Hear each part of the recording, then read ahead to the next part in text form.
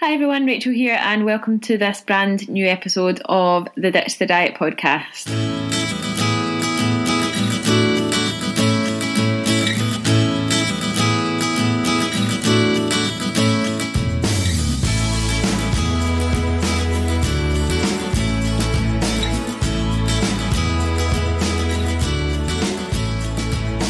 So welcome to this new episode of the podcast. Thank you for joining me.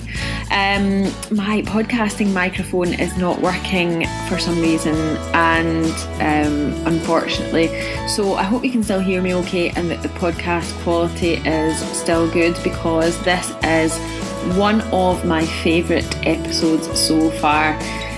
But before I get into that, thank you for listening. If you are a brand new listener, make sure you hit the subscribe button. You have landed on the Ditch the Diet podcast, and this podcast was designed to help you navigate this difficult world of dieting and nutrition and bring you the truth. And I think today's episode is going to do just that. So I'm going to introduce you just shortly to our special guest, who is Associate Nutritionist Sophie Bertrand, and today we are talking about the topic of intuitive eating, and we're also touching on some nutrition myths and setting those straight too. So intuitive eating is something that I get asked about an awful lot at the moment, and it's something that I kind of subscribe to myself without putting a label on it. But what does intuitive eating mean? Is it something that everyone can achieve? Is it for you? And how do you even go about doing that? So I'd like to welcome Sophie to the podcast, who will explain the answers to all of those questions.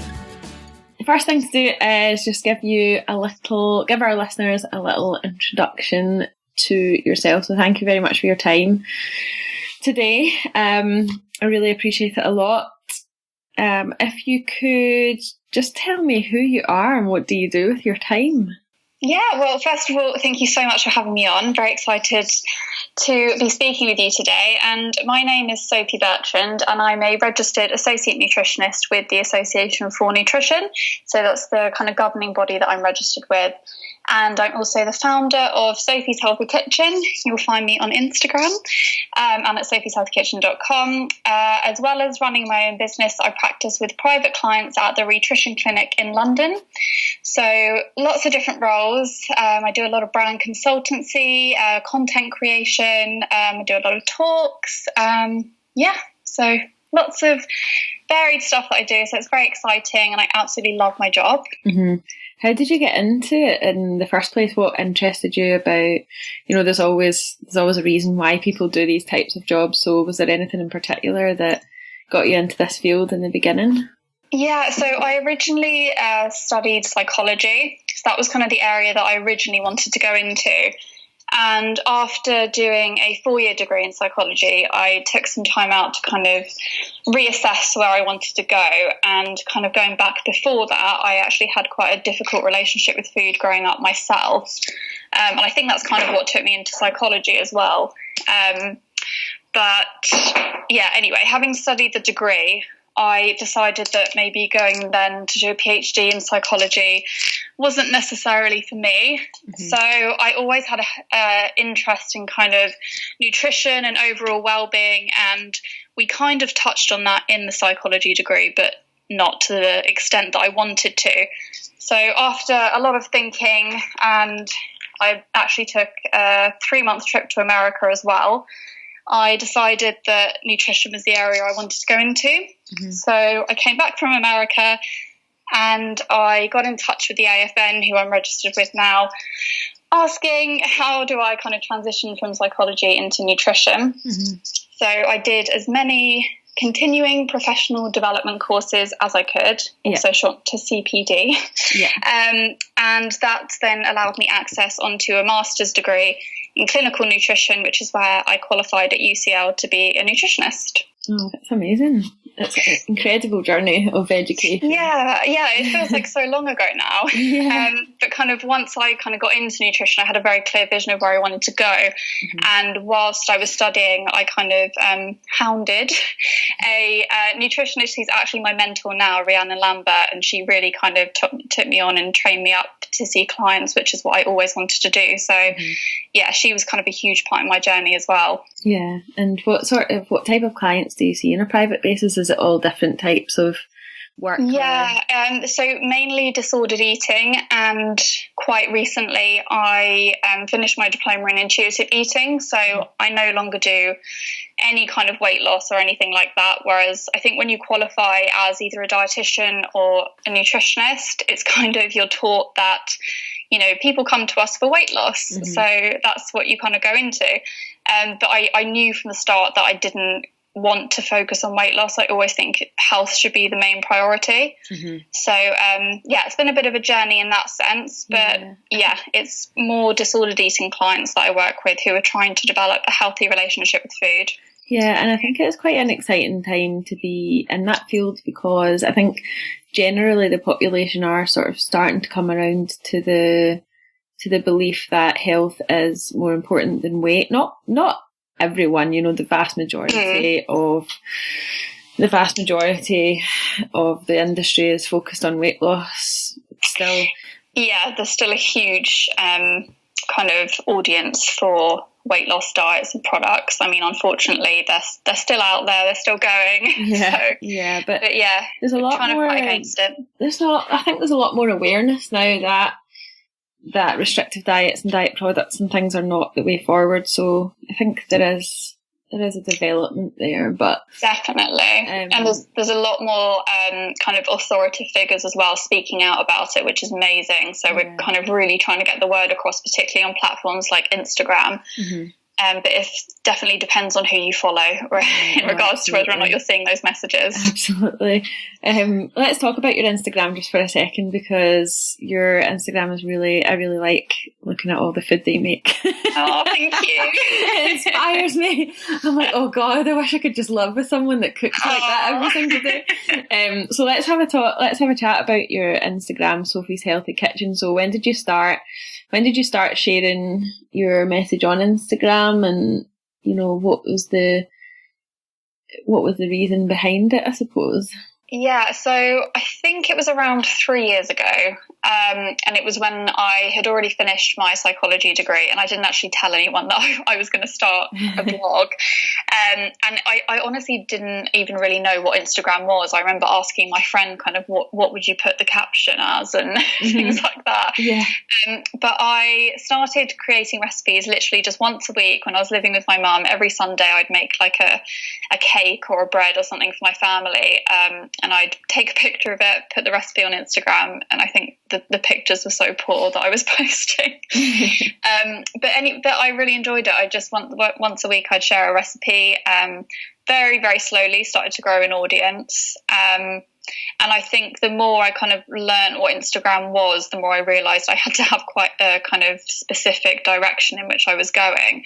So I really did kind of put emphasis on the fact that, you know, my page wasn't in any way a diet page or kind of restrictive eating or anything like that. It really is a kind of all food is fit kind of approach. And actually more so towards the beginning, all I would share was kind of sweet recipes, cakes, breads, chocolate, everything like that. And then I decided to put more of a balanced approach in it, because, you know, I don't just spend my day eating chocolate and cake. And I thought, okay, I'm going to share some of, you know, my dinner recipes as well. And that's kind of how it grew.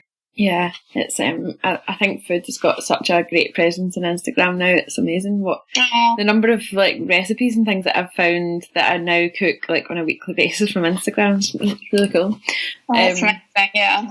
So we're currently recording a series of podcast episodes to help people navigate their way through this incredibly difficult mess of nutrition information that's out there on Instagram, on Facebook, in social media, on blogs, on marketing posters at bus stops, everywhere you go.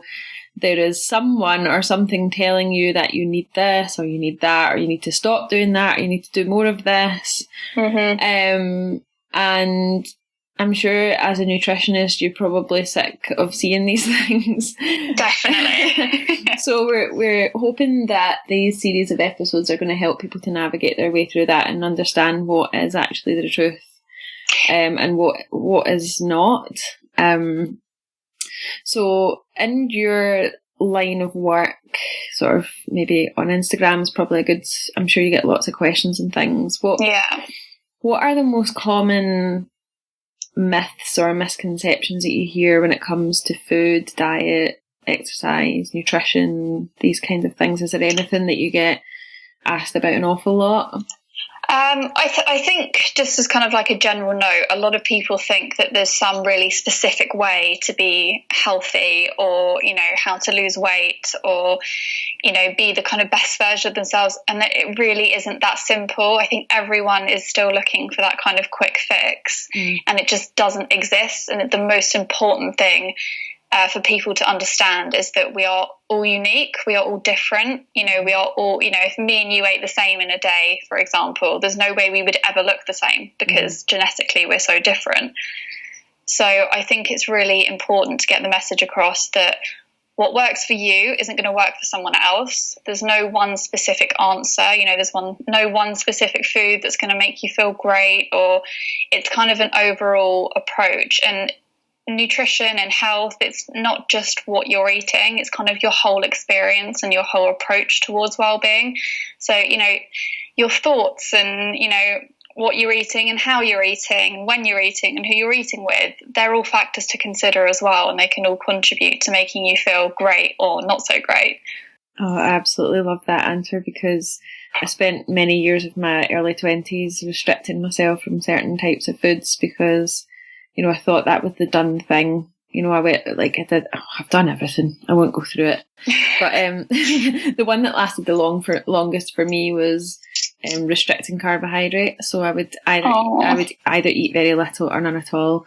And like you just said there, that it's about so much more than just what you eat. You know, how you socialise, who you eat with, when you eat, all of these things. And for me, that, you know, when I think back to how my life actually took such a massive hit in all of these areas simply by being on a specific diet.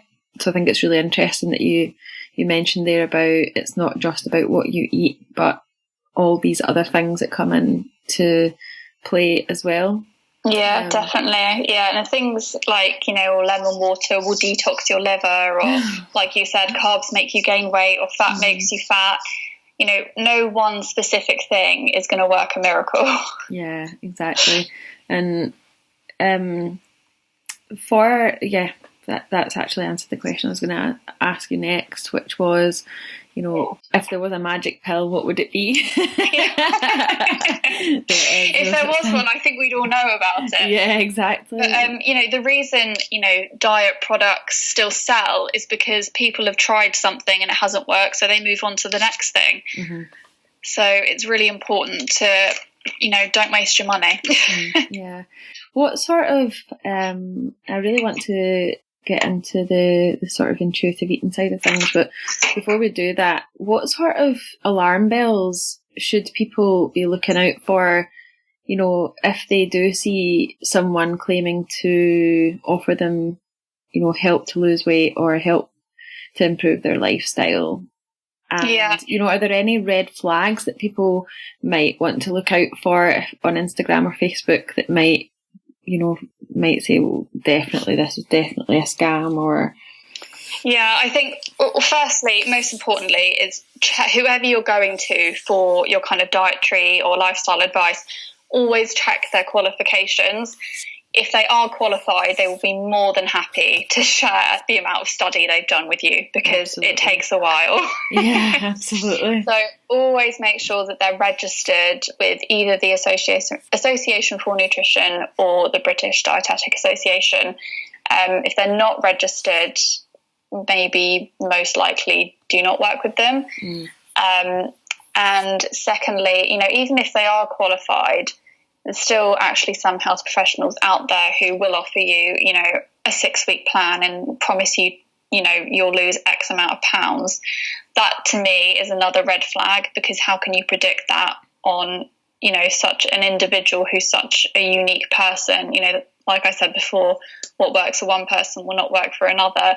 And also there's a lot of research to say that if you lose weight too quickly, that's going to lead to a lot of negative consequences as well. So if they are offering you a fast weight loss approach, that would be a red flag. Mm-hmm. Yeah, I think that's a good one. So if it's got a time scale on it, then it's an absolute no-go. You still see these all the time, don't you? Like 90-day things, 60-day things, 4-week blasts, all these things. It's scary.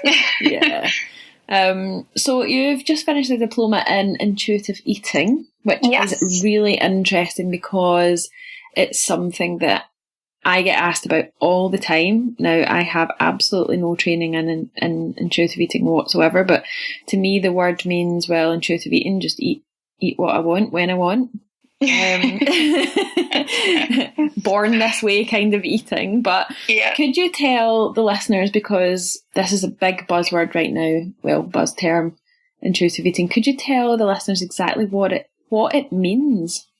Yeah, definitely. So it's a non-diet approach to nutrition. So there's absolutely no kind of counting calories, counting macros, anything like that, which a lot of diets will encourage as some kind of restriction. Mm-hmm.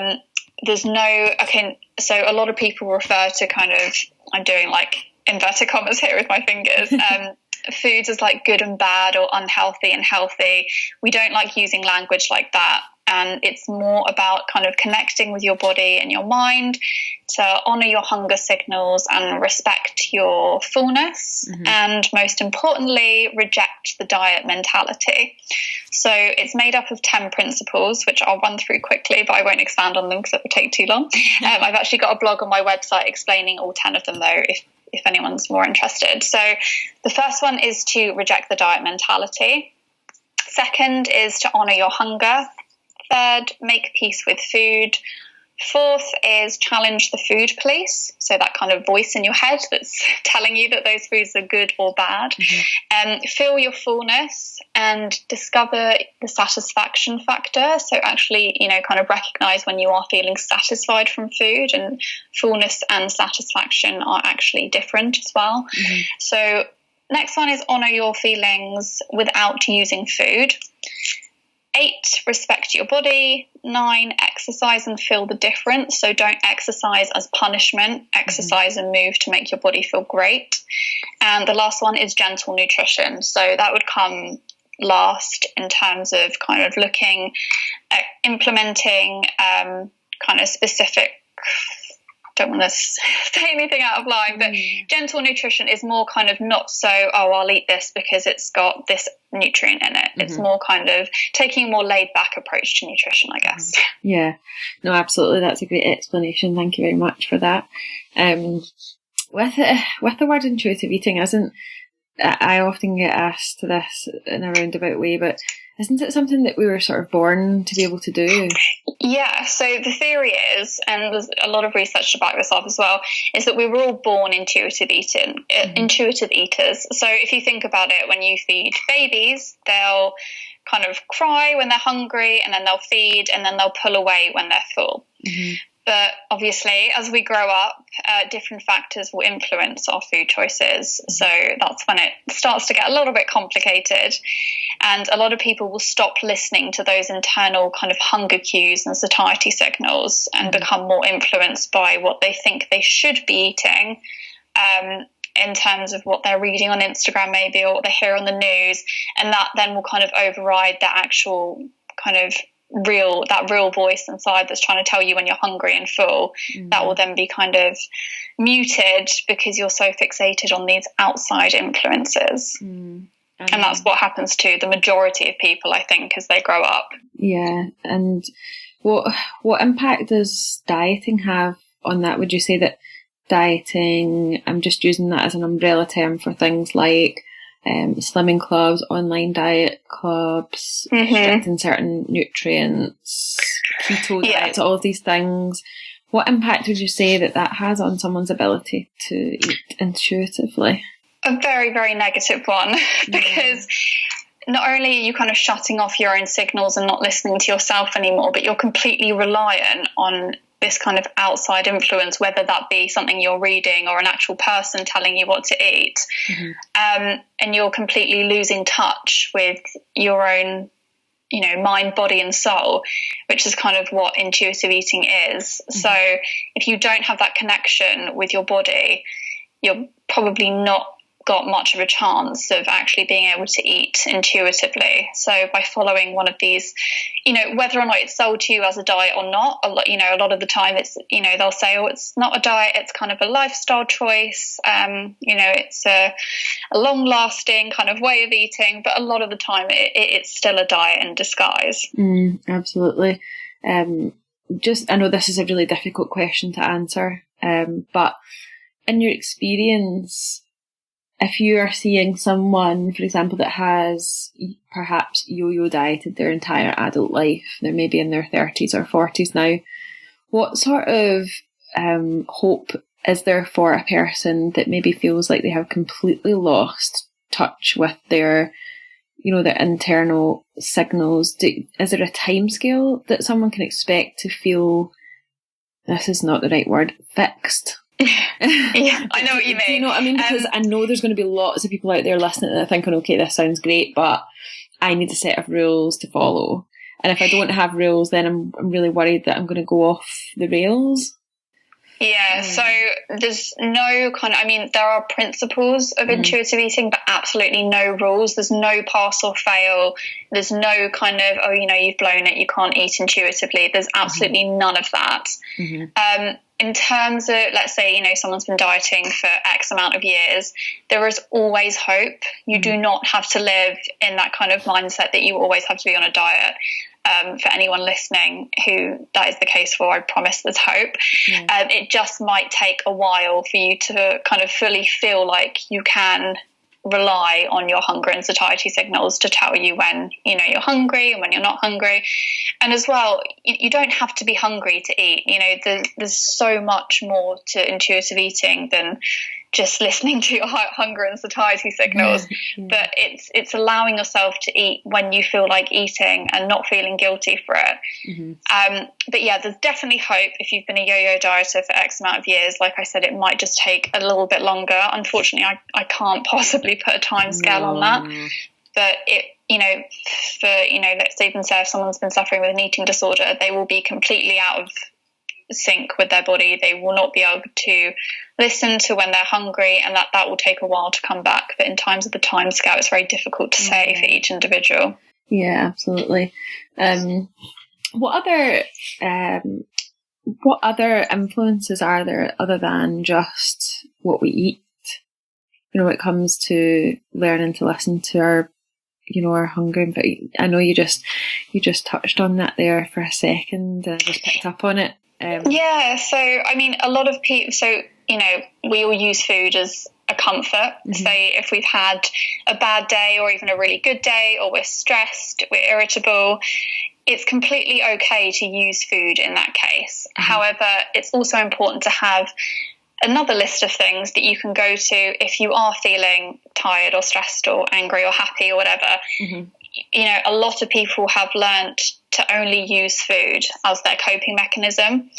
And like I said before, it's fine to use food as a coping mechanism, but it's also really helpful to have other things, like they can be as simple as having a bath or going for a nice walk or listening to a podcast.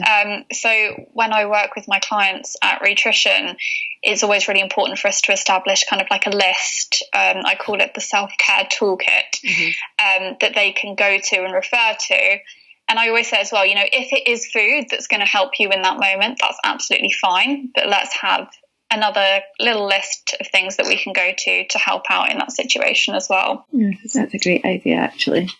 A really good idea, because I'm just thinking back to my dieting days, like the thought of allowing myself to listen to my body, and like nowadays I would class myself as someone that can eat intuitively, like without thinking, and I feel really fortunate to be in this position now. But thinking back to the days where if I could go back 10 years and think the thoughts that I thought, if I was listening to this podcast back then, I would have thought, oh my God, but what if I eat something and I feel ridiculously guilty for it? Like, how can I ever get over that? I think a lot of people as well, I mean, a big misconception, I think we touched on this at the beginning, is that you're just going to, if you eat what you want when you want, you're just going to be out of control. That's exactly what I would be worried about. Yeah. So what's your favourite food that you used to kind of deprive yourself of? Oh, Nutella. Okay. Let's take Nutella. Yeah. If I said to you, all you can eat for a week is Nutella, how appealing does that sound? Yeah. I think maybe for the first day you'd love it. Yeah. Like, I'm just going to be honest with the listeners here. I used to restrict myself of things that I really enjoyed. Carbohydrates. Nutella's a big one. Anything chocolatey. I'm quite a sweet person for like 30 days at a time, but then in my head, and sometimes even I would write it down on paper, I would write down a list of all the foods that I was going to eat when I had finished restricting myself. Wow. Yeah, and Nutella was the big one. But if you, maybe for the first day I would be able to eat it only. Yeah. But after that, probably not. I'd probably be feeling a bit disgusting. Yeah, and you'd probably just crave like a normal balanced meal. So I think the big fear is that, you will go out of control and all you'll eat is chocolate and cake if you let yourself. But realistically, if you only have those foods in the house and that's all you think you want to eat, you're probably not going to want to eat them at the end of the day or the end of the week. And eventually your body will crave that balance that's right for you. Balance is different for everyone, but yeah, I would say that is absolutely bang on. Like, being a recovered Nutella fan, like I can now, like, I'm not even kidding, I can't believe these words are coming out of my mouth, but I can now actually have a teaspoonful of Nutella in porridge in the morning or on toast and not go back. And it's because you know that Nutella is still in the cupboard when you want it and you're not going to deprive yourself of it. So it kind of loses its appeal when you legalise that food. Yeah, if I had told myself I could go back and say that to my 24-year-old self, she would say, don't be so ridiculous. I think that's a good point, because some of what we're discussing might be quite daunting for someone who is in the middle of kind of up and down dieting and they feel a bit trapped, but it does get easier and it is a journey. It's not an overnight thing. No one's going to learn to listen to their body overnight or even in a week or a month. So it's definitely a journey. Like I said, there's no wrong or right. There's no messing up. There's no blowing it. It's a slow journey and it's at your own pace. Absolutely. And I think we've just covered one of the biggest misconceptions there about intuitive eating, which is if I allow myself to eat whatever I want, I will just go crazy on the old Nutella situation, or whatever is your advice. But are there any other like misconceptions that that people come across or that you come across about intuitive eating at all? I think that's the biggest one. I mean, in terms of kind of the clients I work with or the responses I receive on Instagram, that's kind of the biggest one. Is there any that you've come across? There's a couple of things that I come across all the time. It's not really so much directed at intuitive eating, but what I do come across all the time in the industry that I work in and the people that even lots of people that I've trained with, there seems to be this divide down the middle, and it'd be interesting to get your sort of take on this. Is that we have people like yourself, so non-diet nutritionists, dietitians, who believe, or the thoughts are very similar to mine, believing in learning to eat intuitively. And then you've got another group of people, still nutritionists, dietitians, and to an extent, I would say, think people in professions like personal trainers, online coaches. I'm doing these little inverted commas with my fingers. Yeah. And people who believe that the answer lies in some form of counting something. So you've probably seen this. You must count calories and macros, or slimming companies that put other words on these like points, sins, checks, think it's the other word for them. You must weigh all of your food out, all of these things. Now, I have also been, the obsessive tracker of calories in the past. And I personally, my belief is so strong on this that I really don't want people to be counting anything, really. Yeah, I completely agree. What are your, this is the thing. So if I allow myself to eat intuitively, or if you allow yourself to eat intuitively, you're just going to eat whatever you want. You're going to gain weight. You're going to do this. This is going to happen. You must count calories. You must be in a calorie deficit. You've probably seen this all over the place. It's just about a calorie deficit. It's just about a calorie deficit. What are your thoughts on this? So the thing is, scientifically, if you eat less / restrict calories, of course you're going to lose weight. But the consequences of that restriction and that weight loss are things like, slowed down metabolism. A lot of the research points to rebound weight gain. So, there's kind of very high statistics in regards to those who have been dieting and they lose X amount of weight in X amount of time, and they do then later put it back on plus more. Mm-hmm. So, and then, of course, disordered eating patterns and an unhealthy relationship with food, guilt and anxiety around food, none of those are very positive. Mm-hmm. And they can really lead to a downward spiral. So I think, yes, it's very appealing when, you've got a healthcare professional saying, lose weight, you'll feel better, you'll feel healthier. But then what about all those consequences at the end? And a lot of people, particularly clients that I've worked with, they've been on these diets and they've got to their goal weight. And then they think, well, now what do I do? Do I continue eating in this restrictive way? Or do I go back to how I want to eat and then I put all the weight back on? So intuitive eating really is nothing to do with any of that. Like I said, no kind of calorie counting, macro counting, restriction of calories, because we all have what's called a set point. So like I said at the beginning, if you and I ate the same in a day, we wouldn't look the same because we have different set points, and that is usually determined by our genetics. Mm-hmm. So I think in terms of someone worrying that they're going to gain weight through intuitive eating, initially they might do, but that will even itself out once you start to trust your body more and once you start to allow yourself those foods that your body is telling you that it needs. Mm. So I think that's why there's kind of absolutely no emphasis on weight with this approach. And if someone did come to me, with the goal of weight loss, I would have to have that conversation with them that, it's not going to be a topic of conversation throughout the journey. Mm-hmm. Yeah, absolutely. On that note, let's just switch quickly to answer a question from a listener, if that's okay with you. Yeah, absolutely. And it's a good question because it's probably one that I would have asked back in the day, just to get your take on it. I always feel guilty after eating something that I know isn't really healthy for me, especially chocolate biscuits. I'm pretty sure I don't eat these because I'm actually hungry, but I don't know how to stop, and then I feel guilty. How can I stop these feelings of guilt and cravings? Okay, so it's very difficult to give personalised advice, absolutely, I'm sure, as you know. And it's quite a complex question as well. So in order to genuinely help, I kind of have to know a bit more behind who the person is.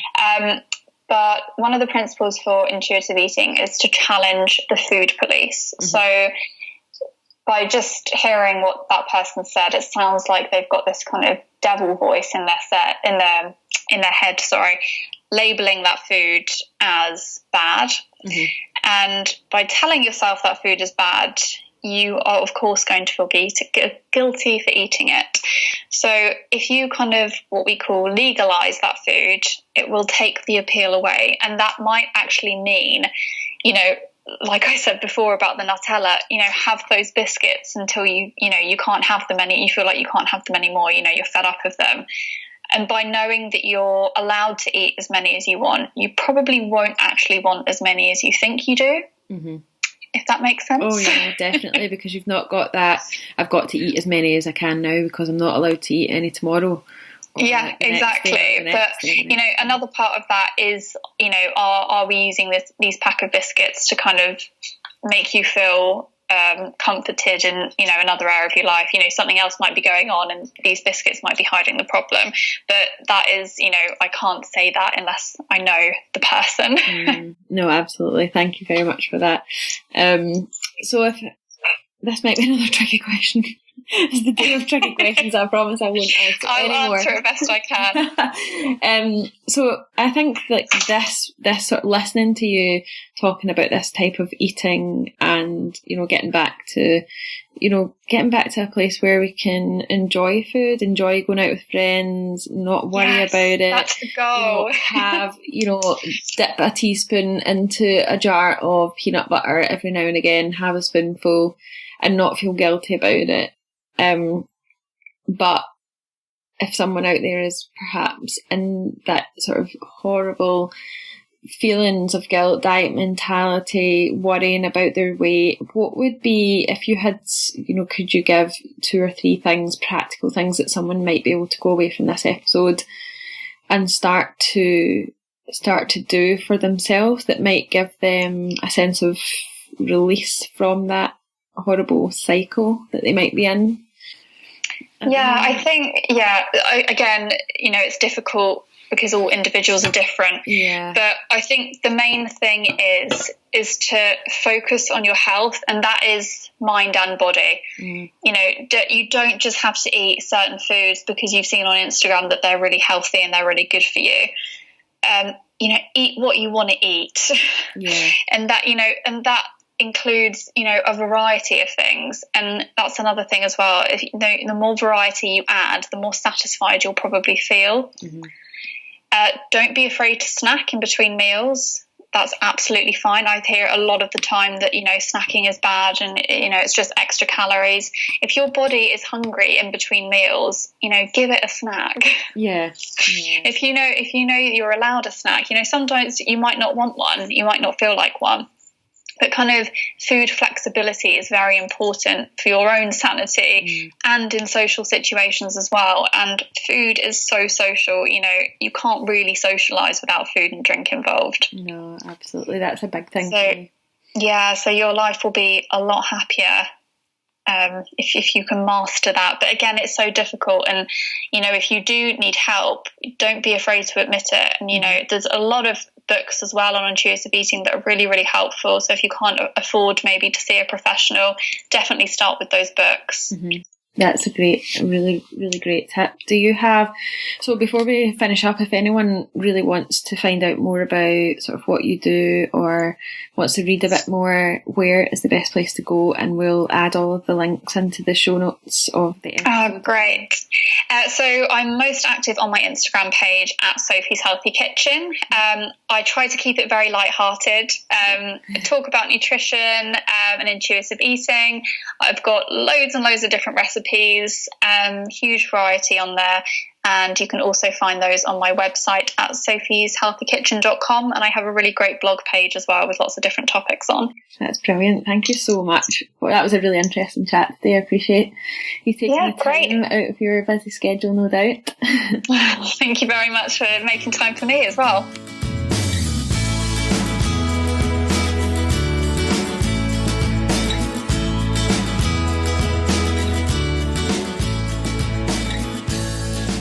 Thank you so much to Sophie for her time in today's podcast. If you would like to find out more about what Sophie does, and of course you do because her Instagram page and blog and all of her recipes are incredible, then please have a little scroll down on the page that you're listening to the podcast and click on one of the podcast links there for you and it will take you straight through.